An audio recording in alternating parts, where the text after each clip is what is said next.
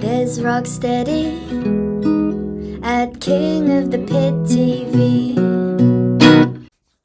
There's Rocksteady at King of the Pit TV signing in. We're listening to Among the Living, alright?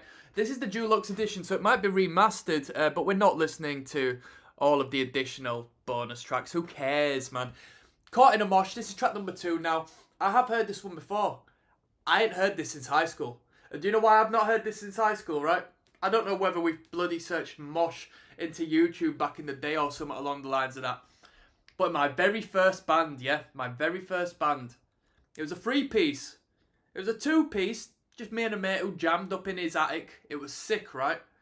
Had an attic, could make all the noise in the world. I think his parents were a little bit well off. So as far as noise complaints were concerned, we didn't really have any disturbance in the houses around us. It was up at the top like a bloody... What was it? 3 stories high? Absolutely lovely.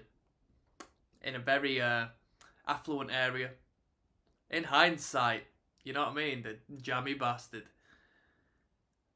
We did a little thrash bit. Well, I was getting into thrash metal. I thought, you know what, let's jam out and actually write some material. I think it was essentially one of my first experiences writing music. We did 1 track. Thrash metal band, 1 track. I think we started writing a 2nd track, but we did do a cover. We never performed live. If anything, we sort of fell out because he didn't want to perform live. I thought, well, that's great, isn't it? Caught in a Mosh was that song. So when I'm listening to this is going to take me back to me, like bloody 14, 15 years old, with a ridiculous, like Dimebag Darrell, Dean Razorback, man.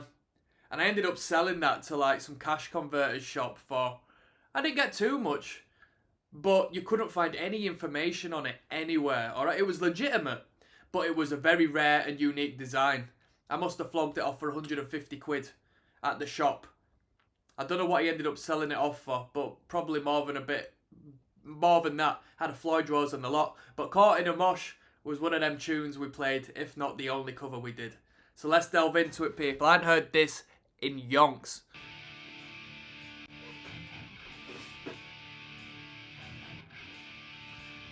I don't think we played it very tight, but it was relatively simple from what I remember.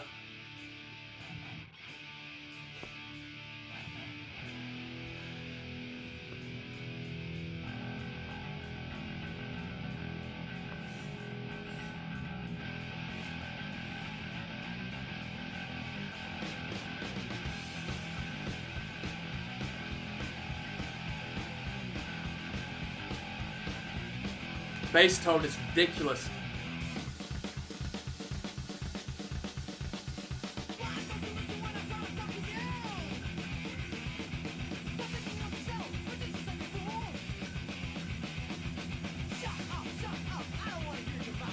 Is that all down picking or is that alternate picking?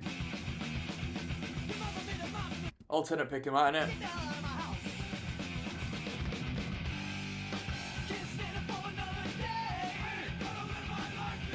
Hard.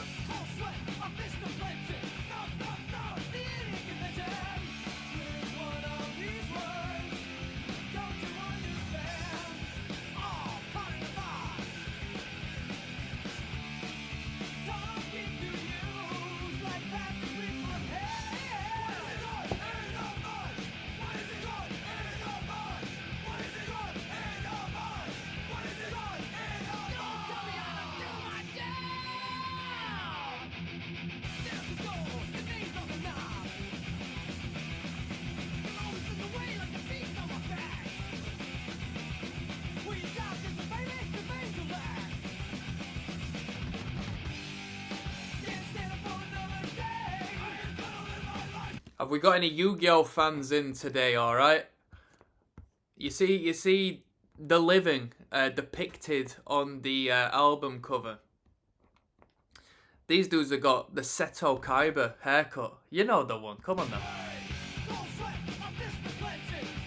We're having a nostalgic session today, people.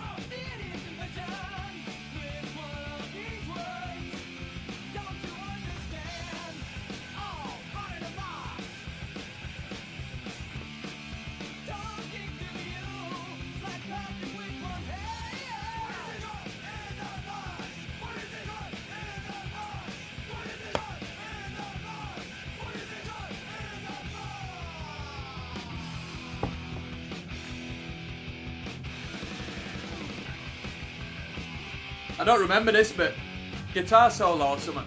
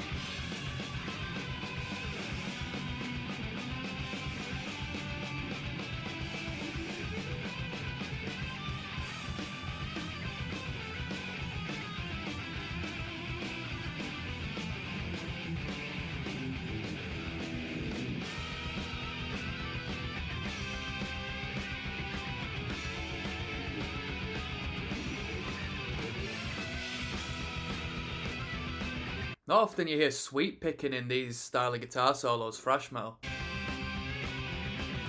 Especially old school thrash.